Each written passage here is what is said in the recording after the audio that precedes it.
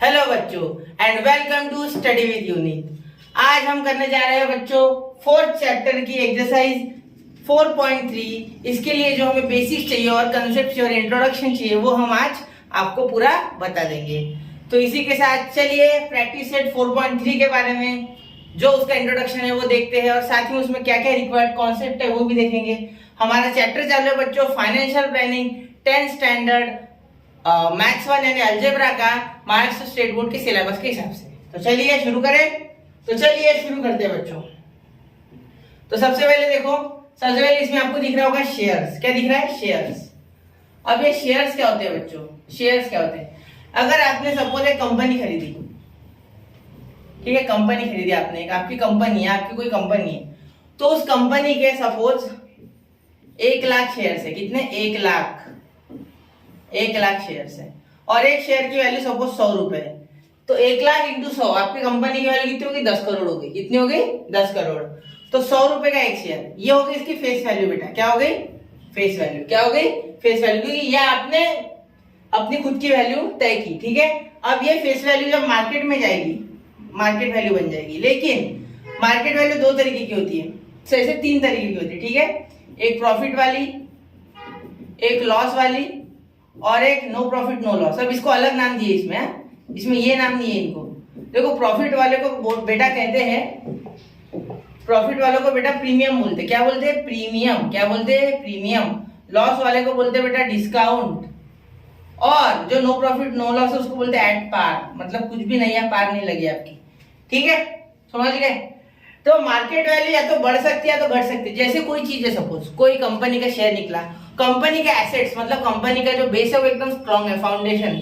जैसे टाटा कंपनी, आपको पता होगा टाटा मोटर्स, टाटा की कोई भी कंपनी ले लो, हर एक आदमी टाटा पे पूरा भरोसा है उसे। टाटा नमक से लेके तो टाटा की चाय पत्ती तक सब खाता हो, टाटा की गाड़ियां भी है। ठीक है, तो ये कंपनी के जो शेयर्स है वो हमेशा बढ़ेंगे। ऐसे नहीं हमेशा बढ़ेंगे, गिरेंगे, लेकिन फाउंडेशन स्ट्रांग होने के कारण आज नहीं तो कल को बढ़ेंगे। मतलब वो अगर डिस्काउंट में भी आ गए तो प्रीमियम में चले जाएंगे। सपोज मैंने 100 रुपए का टाटा का शेयर खरीदा और इसमें 25 रुपए बढ़ गए तो ये हो गया प्रीमियम। क्या हो गया बच्चों? प्रीमियम। लेकिन मार्केट अच्छा नहीं चल रहा, मार्केट में बुरा हाल है, तो मेरा 30 रुपया घट गया, तो ये -30 रुपए यानी डिस्काउंट। मतलब अब मेरे फेस वैल्यू की कीमत 70 रुपए रहेगी। कितनी रहेगी? 70। और अगर 25 रुपए बढ़ते तो 125 वैल्यू हो जाती। मतलब 25 में प्रॉफिट में और यहाँ में 30 लॉस में। और अगर 100 का सिर्फ 100 ही रहता है तो in that case I am at no profit no loss. No loss मतलब एट पार। क्या हूं मैं? एट पार हूं मैं। समझ गए? आयरन में तो यही सब है, इसमें और कुछ नहीं है। ठीक है, फेस वैल्यू कंपनी जब शेयर्स डिस्ट्रीब्यूट करती है अपने खुद के, जब शेयर्स वो निकालती है पब्लिकली शेयर्स निकालती है कोई भी कंपनी। हर एक कंपनी अपने शेयर्स नहीं निकालती है। कंपनी शेयर्स तब निकालती है बच्चों जब कंपनी को ग्रो करना होता है और उसे पब्लिक का फंड चाहिए, मतलब पब्लिक से पैसा चाहिए उसे। जैसे पेटीएम का आईपीओ यानी छोड़ो, आप आपसे इतना समझो कि कंपनी जब खुद के शेयर्स निकालती है तो उसे आईपीओ बोलते हैं बस।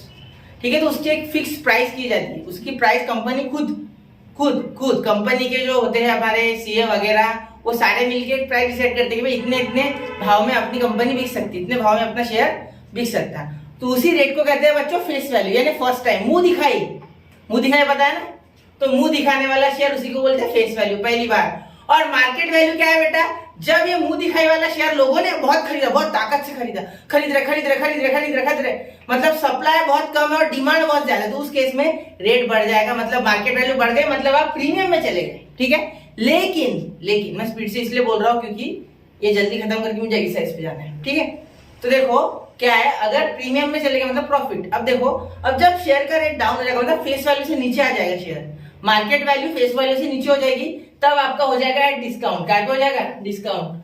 और जब दोनों ही नहीं हुआ, ना बढ़ा ना घटा, तो ये हो गया एट पार, मतलब नो प्रॉफिट नो लॉस।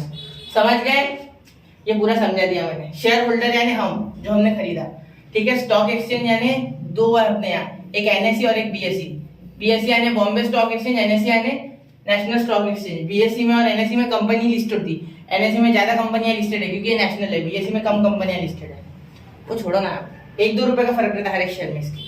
ठीक है, अगर यहाँ टाटा का शेयर 100 का तो यहाँ 101 का हो सकता है शायद। ठीक है, जरूरी नहीं हो। चलो समझ गया, इतना डिटेल में मत जाओ शेयर मार्केट के, सिर्फ अपने को जितना चाहिए ऊपर का सरफेस का ज्ञान ले लो, छोड़ दो। ठीक है, समझ गए? अब डिविडेंड देखो, ये मिटा दूं, चलो। अब ये देखो मैंने और एक कंसेप्ट लिया है डिविडेंड बच्चों, डिविडेंड। तो देखो डिविडेंड देखो आप बच्चों, ये हटा दो, ये हटा दो, डिविडेंड देखो। अब ये डिविडेंड क्या है बेटा? डिविडेंड यानी द पार्ट ऑफ शेयर, क्या बोला है बच्चों? The part of annual profit of a company which distributed per among share holder is called dividend. अब ये क्या होता है मैं बता देता आपको। देखो क्या होता है, सपोज मेरी कंपनी है, उसको 1000 रुपए का प्रॉफिट होगा। कितना हुआ? 1000 रुपए। तो मेरे समझो 100 शेयर होल्डर है, कितने? 100 शेयर होल्डर है, ठीक है। तो मैंने इनको प्रॉफिट क्या, इनको मैंने प्रॉमिस किया था कि मैं आपको 3% अपने शेयर में, अपने प्रॉफिट में क्या दूंगा? हिस्सेदारी दूंगा, ठीक है। तो यही हो गया आपका रेट ऑफ डिविडेंड। और ये 1000 रुपए का मैं 3% हर एक में, मतलब इन्होंने जितना किया, इन्होंने जितना इन्वेस्ट किया, ठीक है, इन्होंने जितना इन्वेस्ट किया उसके ऊपर 3% इनको प्रॉफिट दूंगा। सपोज किसी ने 1 रुपया किया तो उसको 1 रुपए का 3% दूंगा। सपोज किसी ने 2 रुपया किया, 2 रुपए का 3% दूंगा। मतलब नंबर ऑफ, ऐसा बोल सकते हैं आप, डिविडेंड पर शेयर, यानी हर एक शेयर पे मैं डिविडेंड दूंगा और जितने शेयर होंगे उतने से उसे मल्टीप्लाई कर दूंगा। तो ये मैं आपको सिर्फ इतना समझा देता डिविडेंड का फिलहाल, कि जो कंपनी को प्रॉफिट होता है बच्चों, उसका कुछ हिस्सा कंपनी, जो उनके शेयर होल्डर्स है, जो उनके साथ लॉयल है, जो उनका शेयर हमेशा होल्ड करते, बहुत दिनों तक, 1 साल तक या 6 महीने तक होल्ड करके रखते, या क्वार्टरली यानी 3 महीने के लिए होल्ड करके रखते और उनके बाद उन्हें प्रॉफिट होता है, तो उस केस में वो डिविडेंड बांटती है कंपनी।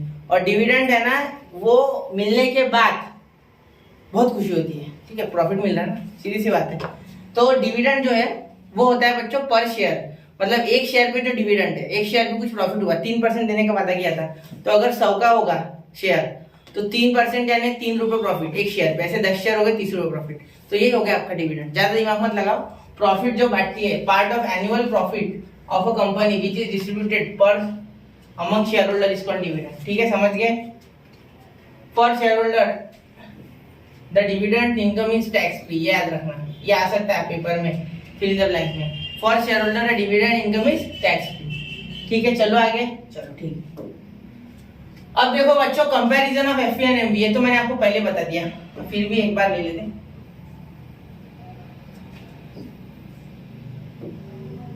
ये थोड़ा छोटा कर देते हैं फिलहाल, साइड में रख लेते हैं इसे। ये देखो एफपी और एमबी का कंपैरिजन दिया गया। अब देखो यार, MB is greater than FB, FB से एमबी बड़ा है। इसका मतलब क्या हो गया बच्चों, कि मार्केट वैल्यू फेस वैल्यू से बढ़िया, 2 डंडियां इसकी तरफ। तो शेयर प्रीमियम में, प्रीमियम है वो प्रॉफिट में, काय में? प्रॉफिट। तो मुझे तो प्रीमियम पसंद है, प्रॉफिट में होना, ठीक है। आगे देखो, अब अगर MB is equal to FB, मतलब दोनों सेम है, तो share at par, no profit no loss, NPNL, ठीक है।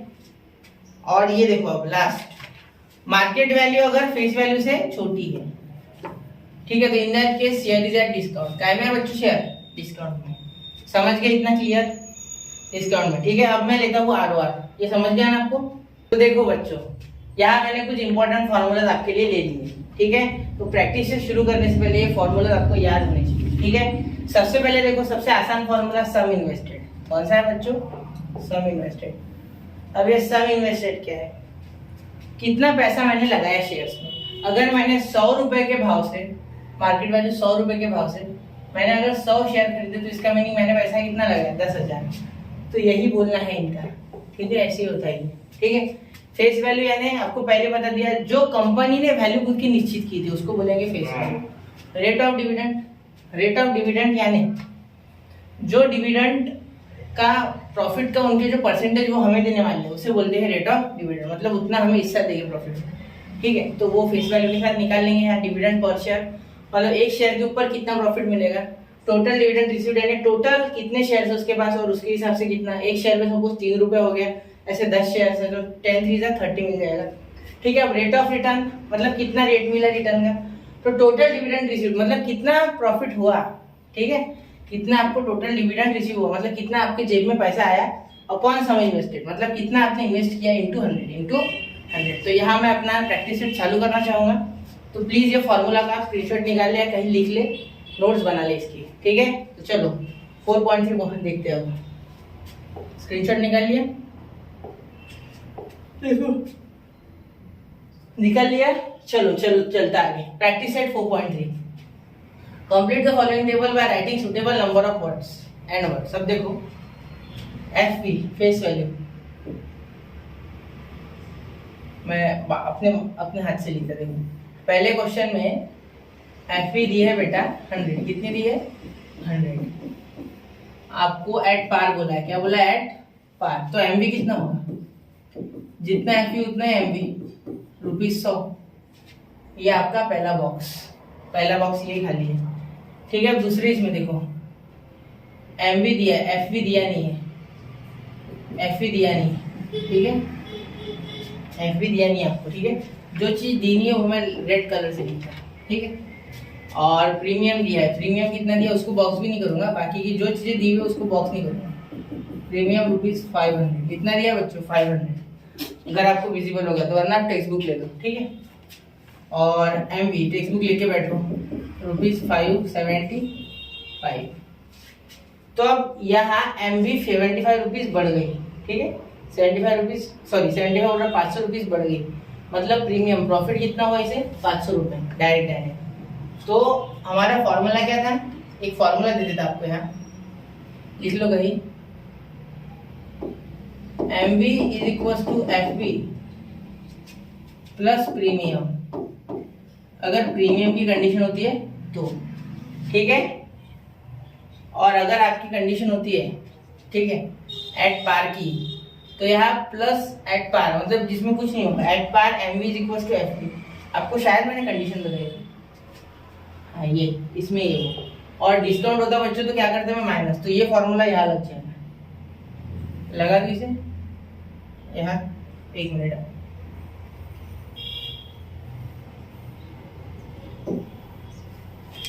पूरा नहीं आया, ठीक है, वापस लिखते हैं इसको मैं, यहाँ देखो MB is equal to FB plus premium. मैं फॉर्मूला इसलिए बता रहा हूँ आपको ताकि आपको आसानी है, ठीक है। अब MB देखो, MB क्या है बच्चों 575, FB निकालनी है, प्रीमियम कितना है ₹500, तो 500 इधर आ जाएगा तो माइनस हो जाएगा, तो FB कितना आ गया ₹75, तो यहाँ आ गया आपका ₹75। समझ गए। सेकेंड, थर्ड वाला देखो, थर्ड वाला कर दूं क्या आप कर लोगे, कर देता, देखो कर देता आपको, देखो अच्छे से देखो, ये अगर आप देखोगे तो आपके टेक्स्ट बुक में देखोगे, यहाँ शायद आपको दिख नहीं रहा होगा। तो थर्ड इसका FB है बच्चों ₹10, कितना है ₹10। शेयर इज एट डिस्काउंट पे है क्योंकि MB 5 है, MB ₹5, मतलब MB जब FB से कम रहती है तो उस केस में लॉस होता है, क्योंकि कंपनी ने ज्यादा भाव में शेयर निकाला और लोगों ने कम भाव में खरीदा। तो अब यहाँ फॉर्मूला लगा देंगे कि MB is equal to FB minus discount, minus, ठीक है, minus discount, therefore 5 is equal to 10 minus discount, तो डिस्काउंट इस साइड रह गया, तो ये 5 इधर आ गया, तो क्या आ गया, कितना आ गया आपका डिस्काउंट ₹5। समझ गए, क्लियर हो गया पूरा, आ गया ध्यान में। चलो आगे चलो, ठीक है। आगे क्वेश्चन देखो बच्चों, मिस्टर अमोल परचेज 50 शेयर्स, मतलब मिस्टर अमोल ने कितने शेयर्स लिए 50 शेयर्स लिए, of face value 100, of face value 100। तो मिस्टर अमोल ने 100 शेयर लिए, फेस वैल्यू 100 थी उनकी, when the market value of the share was ₹80, ठीक है। तो सम इन्वेस्टेड हो गए उसकी, सॉल्यूशन सम इन्वेस्टेड क्या हो गया उसका फॉर्मूला अभी हमने देखा था पिछले इसमें, आपको बताया, क्या लिख लिया आपने, कहीं लिख लो बच्चों, वीडियो पीछे लेके जाओ वापस से लिखो, ठीक है। Sum invested is equal to, formula लिखो या डायरेक्ट लिखो, लिख देता, पहले इसमें फॉर्मूला लिखूंगा, अगली बार नहीं लिखूंगा। Number of shares into MB market value, तो नंबर ऑफ शेयर्स बच्चों 50, मार्केट वैल्यू बच्चों 80, कितनी होगी 80, तो ₹4,000 के, ठीक है, 8 5 40 और वो 0 लग गए, ठीक है। अब कंपनी ने 20% डिविडेंड दिया, कितना दिया? 20%। तो डिविडेंड पर शेयर निकालेंगे पहले, डिविडेंड पर शेयर। अब बहुत से बच्चे सोच रहे होंगे पर शेयर क्यों निकालना सर, डायरेक्टली इसको मल्टीप्लाई कर देंगे यही और कर लेंगे। नहीं, मेथड ऐसी है तो ऐसे ही करना बच्चों, ठीक है, गड़बड़ी मत करना उसमें। ये पूरा मेथड के ऊपर बेस्ड क्वेश्चन, ठीक है। तो डिविडेंड पर शेयर क्या आएंगे? डिविडेंड पर शेयर कितना परसेंट है डिविडेंड? Rate of dividend 20%। तो हम क्या करेंगे, हमारा फेस वैल्यू कितना है? 100 इनटू कितना है? 20% डिविडेंड दिया कंपनी ने, मतलब 20/100, 20/100। तो 0 0 0 0, ठीक है। तो क्या आ गया आपका? आपका हो गया यहाँ ₹20 आपका बन गया, ठीक है, डिविडेंड पर। Therefore dividend income, total dividend income, actually total dividend income is equal to number of shares into dividend per share, dividend per share. तो कितना आ गया? नंबर ऑफ शेयर्स कितने आ गए?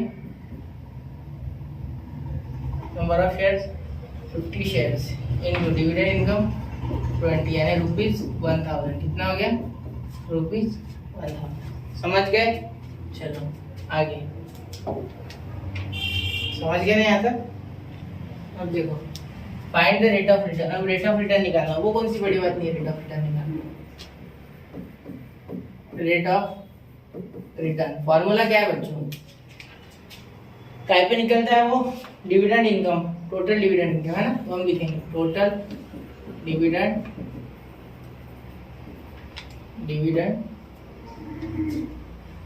Income upon sum invested into 100, क्योंकि percentage में होता है, ठीक है। तो टोटल डिविडेंड इनकम कितना है बच्चों? 1000 अपॉन 4000। तो क्या हो गया बच्चों? इनटू 100 करने के बाद 25%। तो ये हो गया अपना 25%। समझ गए? क्लियर है यहाँ तक? चलिए फिर अगला क्वेश्चन देखते हैं, स्क्रीनशॉट निकाल लो। थर्ड क्वेश्चन देखेंगे। थर्ड क्वेश्चन में क्या है बच्चों? Joseph purchase the following shares, find his total investment. मतलब हमें जोसेफ की टोटल इन्वेस्टमेंट निकालनी है। तो जोसेफ ने शेयर्स खरीदे, ठीक है। तो कंपनी हमें उसकी टोटल इन्वेस्टमेंट देखते हैं सबसे पहले। तो number of shares into MB. तो यहाँ एमबी नहीं दिया है, लेकिन प्रीमियम और एफबी दिया है, जिससे हम एमबी निकाल सकेंगे। इन्हें ऐड करेंगे तो हमारी एमबी हो जाएगी ₹20। तो यहाँ करके बता दो, ठीक है। कंपनी ए के बारे में लिखते हैं। कंपनी ए,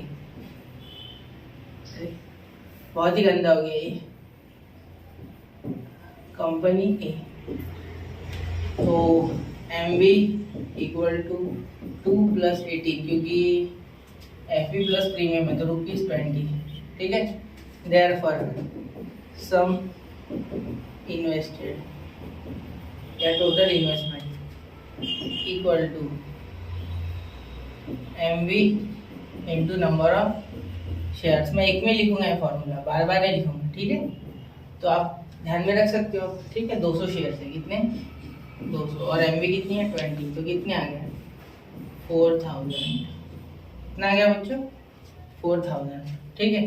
इसने ₹20 के 200 शेयर खरीदे, 4000 रुपये दिए। ये इसका सम इन्वेस्टेड इन कंपनी ए। अब लिखते कंपनी बी, यहाँ लिख सकते चाहो तो। The sum invested in company A is, या total investment company B. Total investment सबकी मिला के बनेंगे। कंपनी ए में के total investment, company B, company C, इन तीनों की मिला के हम टोटल इन्वेस्टमेंट लिखेंगे, ठीक है। तो कंपनी बी के लिए लिखते हैं मार्केट वैल्यू इक्वल टू ₹500। कितना हो गया बच्चों? ₹500, ठीक है। अब देखो सम इन्वेस्टेड क्या है? सम इन्वेस्टेड एमवी कितना है बच्चों यहाँ 500 और नंबर ऑफ शेयर्स कितना है बेटा 45 तो कितना हो जाएगा 45 5 अरे आसान तो है 4 देखो 5 इंटू 45 250 आता है ना 50 से तो 5 घटा दो ठीक है 225 समझ गए ना क्या बोला मैंने तो 22500 ठीक है रुपीज 225 500 से 45 शेयर्स के लिए ठीक है। आगे कंपनी सी के लिए ठीक है। अब यहाँ भी सीधा एमवी लिखना है क्योंकि एफवी वाला झंझट ही नहीं है एफवी सिर्फ पहले में था एमवी में सीधा दिया 10,540 ठीक है ये कॉमा एक्स्ट्रा आ गया 10,540 इतना इसने क्या किया इन्वेस्टमेंट किया सम इन्वेस्टेड एक ही शेयर लिया उसने बेचारे ने इसका एक ही शेयर लिया महंगा है शायद तो 1 इंटू 10,540 तो रुपीज 10,540 की इन्वेस्टमेंट उसने इन कंपनीज में की। तो अब देखो तीनों कंपनीज की मिला के तीनों 1 2 3 तीनों की मिला के एक बनेगी जो कि होगी हमारी टोटल इन्वेस्टमेंट से छोटा कर लो पहले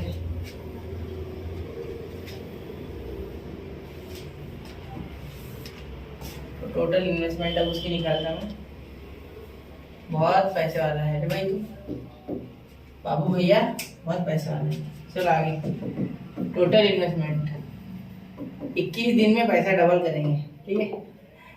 इन्वेस्टमेंट ऐसा कुछ नहीं होता ठीक है। ये शेयर मार्केट पूरा जो गेम है बच्चों ये एक अंडरस्टैंडिंग का गेम है एनालिसिस करके लोग इन्वेस्ट करते हैं कोई भी इन्वेस्ट करेगा तो लॉस में जाएगा ठीक है। एक आध बार हो सकता है लक बाय चांस आ सकता है अच्छे पैसे रिटर्न लेके। टोटल इन्वेस्टमेंट यानी कंपनी ए की सम कंपनी बी की सम और ये तो कितने हो गए 4,000 प्लस 22,500 प्लस 10,540 तो कितने हो बच्चों 37,040 ठीक है रुपीज 37,040 उसने टोटल इन्वेस्ट किए ठीक है।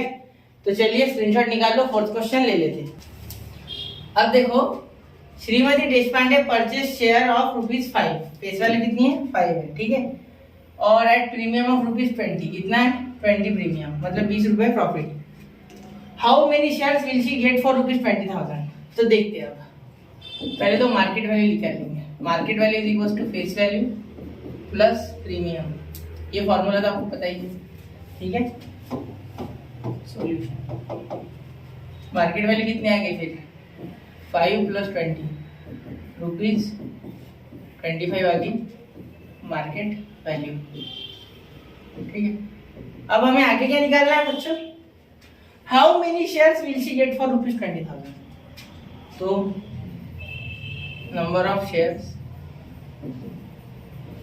Is equal to sum invested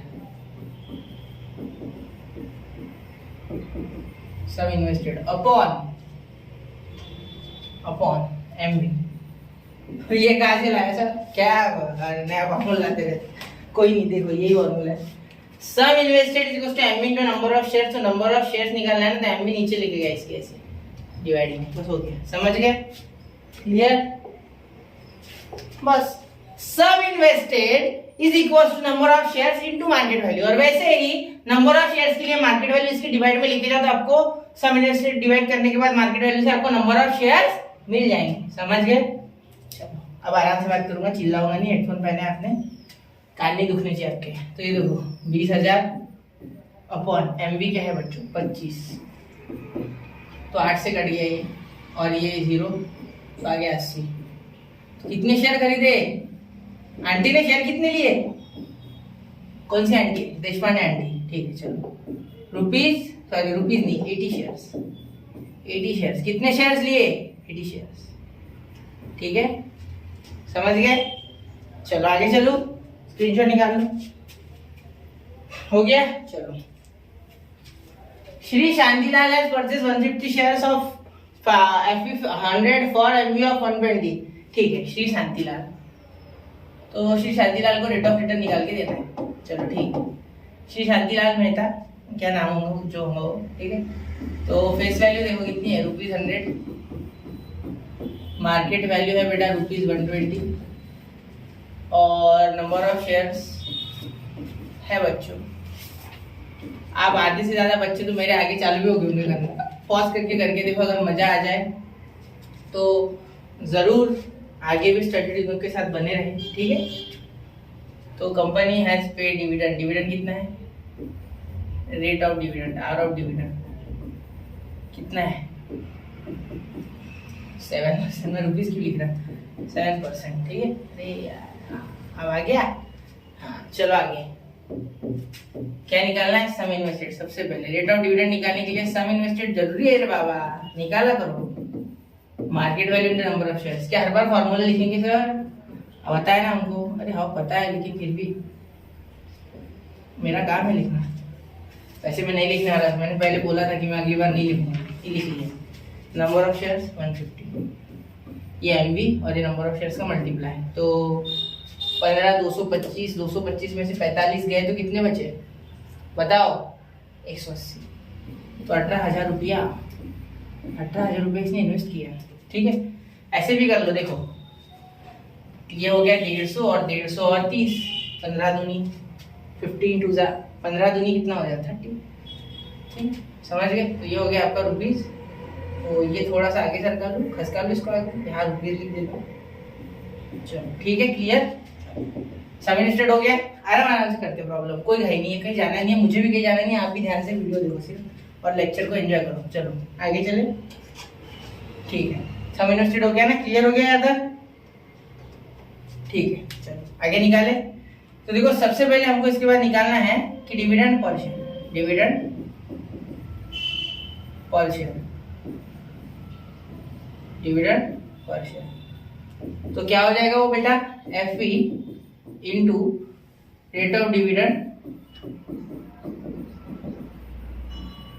upon 100, ठीक है। तो FE कितना है, face value 100 into rate of dividend कितना है बेटा, रेट ऑफ डिविडेंड कितना है बेटा, रेट ऑफ डिविडेंड हमारा है 7 और ये बेटा 100, तो कितना हो गया 0000 रुपीज 7, कितना आ गया 7 रुपया डिविडेंड आ गया, 7 रुपये। चलो अब यहाँ तक समझ गया डिविडेंड तक। अब total dividend, total dividend, total dividend देखते हैं कितना है total dividend. Number of shares, number of shares 150 into 7, तो 15 सत्ते 15 6 90 और ये 105 1050, समझ गए। 105 को और एक जीरो लगा दो पीछे से, इतने रुपीज, ठीक है। टोटल डिविडेंड इनकम है, टोटल डिविडेंड रिसीव्ड, इनकम लिख लो, इनकम हो गई ना श्री शांतिलाल को। चलो आगे, यहाँ आगे लिखू। चलो रेट ऑफ रिटर्न का फॉर्मूला किसी से पता है, यह वीडियो पॉज करके आप रेट ऑफ रिटर्न का फॉर्मूला एक बार लिख के देखो, ठीक है। तो रेट ऑफ रिटर्न, ये फॉर्मूले में बच्चे गड़बड़ा जाते हैं, फॉर्मूले रट्टा मार लो, रट्टा रट्टा फॉर्मूला करो, रट्टा करो फॉर्मूले का, ठीक है। तो rate of return, rate of return क्या होगा, सीधी सी बात है, total dividend, total dividend income upon sum invested, sum invested into 100। तो कितना आ गया डिविडेंड 1050 अपॉन सम कितना इन्वेस्ट किया भाई, 18,000 रुपया किया, 18,000 रुपया इंटू 100, 000000। 18 के टेबल में क्या फ्रेश में कैलकुलेशन कर लिया हमने, तो 5.83 हमारा आ गया, ठीक है, क्लियर है। तो इतना परसेंट इसका रेट ऑफ रिटर्न है। समय लगता है अच्छी चीजों को होने में, कंसेप्ट क्लियर होने में समय लगता है, ठीक है, इसीलिए मेरा वीडियो लंबा रहता है। कंप्लेन मत करना क्यों, बता दिया कंसेप्ट के लिए, ठीक है। आप देखते 6th, if the face value of both shares is same then which investment out of the following is more profitable. अब देखो दोनों में से कौन सी इन्वेस्टमेंट ज्यादा प्रॉफिटेबल है बोलते हैं, कंपनी ए की या कंपनी बी की। चलो सबसे पहले कंपनी ए का बना लेते हैं। क्या बोला है, face value and number of shares ये सेम है, ठीक है। तो फेस वैल्यू भी 1 ले लेते और नंबर ऑफ शेयर्स भी 1 ले लेते, ठीक है। तो कंपनी ए, पहले कंपनी ए के लिए, ठीक है। इधर करेंगे कंपनी बी के लिए, पहले लिख लेता कंपनी बी, पहले कंपनी ए के लिए। तो डिविडेंड कितना है उसका, तो रेट ऑफ रिटर्न निकालना है हमें ना। चलो ठीक है। तो अब सबसे पहले तो सम इन्वेस्टेड दोनों के लिए, तो सम इन्वेस्टेड इसका ₹1 फेस वैल्यू ए की शेयर है, मार्केट वैल्यू 80 है, तो ₹80, क्योंकि देखो 80 into 1 80, sum invested market value into number of shares, हो गया market value into number of share, 80 into 1 80, चाहो तो ऐसे लिख लो 80 इंटू 1, ठीक है। क्लियर है। चलो अब क्या लिखना है इसके बाद, डिविडेंड इनकम। पर शेयर भी लिख नहीं सकती इस बार क्योंकि शेयर ही एक ही है ना, तो डायरेक्ट डिविडेंड इनकम लिख लिए। क्या आगे वो बेटा, dividend income face value into rate of dividend upon 100, तो कितनी आ गई 16/100, बस ये रख दो 16/100, ये रहने दो, इतने रुपीज है सपोज, 0.16 करो मत, कोई बात नहीं, 0.16 हो सकता है लेकिन मत करो, ठीक है। हो गया यहाँ तक, ठीक है। अब रेट ऑफ रिटर्न क्या हो जाएगा, सम इन्वेस्टेड, सबसे पहले तो ये 16/100 और सम इन्वेस्टेड 80 इंटू 100, ठीक है।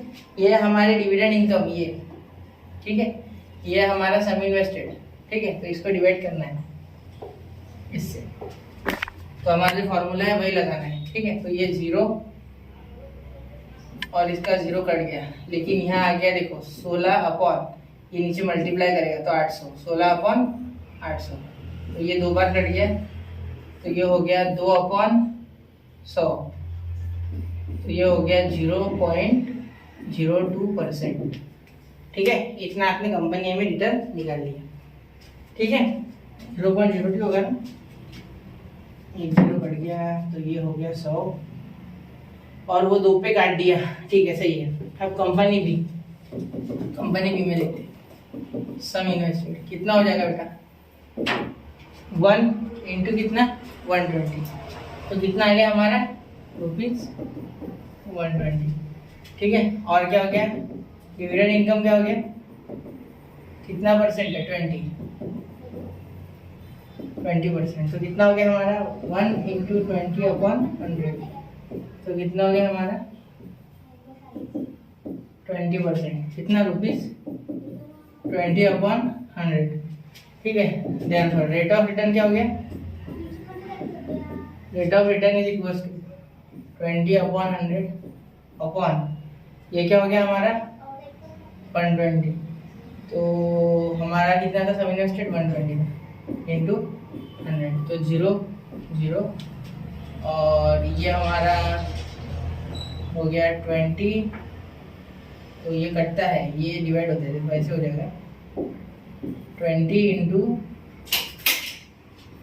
20/12 इंटू 100, और ये इंटू 10, ठीक है। तो ये कट जाएगा, देखो 10 से कट गया 5 बार, ठीक है, 10 से कट गया 10 बार, तो 10 आ गया, ठीक है। अब ये देखो, अब ये कट जाएगा 4 से, 4 दिया 4 5 पे, ठीक है। तो अब क्या आ गया 5/30, तो 5 से कट गया 2 बार, तो यहाँ डायरेक्टली आ जाएगा 1/6, तो 1/6, 6 से 1 को करोगे तो 6 1 जा,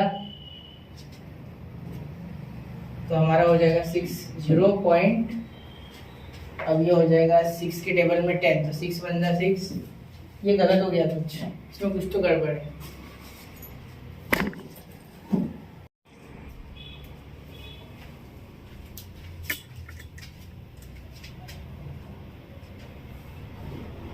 तो देखो बच्चों, यहाँ डिविडेंड इनकम हो गया। अब क्या निकालेंगे, हम निकालेंगे ROR, रेट ऑफ रिटर्न, जो कि क्या है बच्चों, डिविडेंड इनकम, डायरेक्ट लिखो डिविडेंड इनकम जो कि 16/100, इसको सॉल्व मत करना, 0.16 मत करना, ठीक है, ऐसे रहने दो। अपॉन सम इन्वेस्टेड कितना है 80 इंटू 100, तो यहाँ 0 0 कैंसिल, ठीक है। यहाँ हो गया ये 16/8 इंटू 100, क्योंकि 100 नीचे मल्टीप्लाई करेगा, 8 2 16 इंटू 10, 0 0 कैंसिल, तो ये आ गया 0.2%। समझ गए? चलो अब कंपनी बी की तरफ बढ़ते, तो यहाँ सम इन्वेस्टेड कितना आ गया बच्चों? नंबर ऑफ शेयर तो 1 ही है, 1 इंटू 120, तो ₹120 आ गया हमारा, ठीक है। एक मिनट ₹120, ठीक है। तो डिविडेंड इनकम कितना होगा? डिविडेंड रेट पे डिपेंड करेगा, वो तो क्या है, तो रेट ऑफ डिविडेंड क्या है बेटा यहाँ 20, तो 20 अपॉन 100 हो जाएगा हमारा यहाँ डिविडेंड इनकम। क्यों? क्योंकि 1 से मल्टीप्लाई करेंगे तो कोई फर्क पड़ने वाला नहीं है, ठीक है। तो ऐसे कैसे रहेगा ये ₹120, 20 अपॉन 100, ठीक है। अब रेट ऑफ रिटर्न निकालेंगे। मैंने ये क्यों लिखा समझ गया ना, डायरेक्ट 1, क्योंकि 1 से मल्टीप्लाई होगा तो 20 अपॉन 100 को कोई फर्क नहीं पड़ेगा, वैसे ही रहेगा, ठीक है। तो रेट ऑफ रिटर्न लिखे, चलो रेट ऑफ रिटर्न लिखते हैं। रेट ऑफ रिटर्न क्या है बच्चों हमारा? रेट ऑफ रिटर्न हमारा आ गया यहाँ 20 अपॉन 100, तो ये आ गया हमारा रेट ऑफ रिटर्न यहाँ ये 20 upon 100 dividend income upon total investment into 100, तो 0 0, तो ये हो गया 20 अपॉन 100, 12 इंटू ये 12 भी है यहाँ, मैं हूँ अभी यहाँ वो 12 बोल रहा है, 0 0 0 0 कैंसिल, तो 2 से ये 6 बार कट गया, तो 1/6 बचा, तो 1/6 से डिवाइड करोगे तो आएगा 0.19 और 40 का आएगा बच्चों 19। एक बार करके देख लेना अच्छे से, आपको भी समझ जाएगा। 0 10 1, ये 10 का क्या आ गया 1 जा 6, तो ये हो गया 4 40, तो ये हो गया 40 40 9 जा वापस से 4 रिटर्न होता रहेगा, 9 9 9 9 9 9 9 9 चलता रहेगा, ठीक है। क्योंकि अब आएगा, देखो मैं लिखूंगा 4 वापस आएगा, 6 9 जा 36 वापस से 4, तो ये ज़्यादा प्रॉफिटेबल है। देखो 0.2 आई तो 0.19 है, वो कमजोर है, तो company A is more profitable, लिख लेना company A is more profitable, ठीक है। तो चलिए यहाँ हमारे प्रैक्टिस सेट खत्म होता है 4.3। तो इसी के साथ मिलते हैं अगले लेक्चर में, तब तक के लिए पढ़ते रहे, नोट्स बनाते रहे। जय हिंद, जय भारत।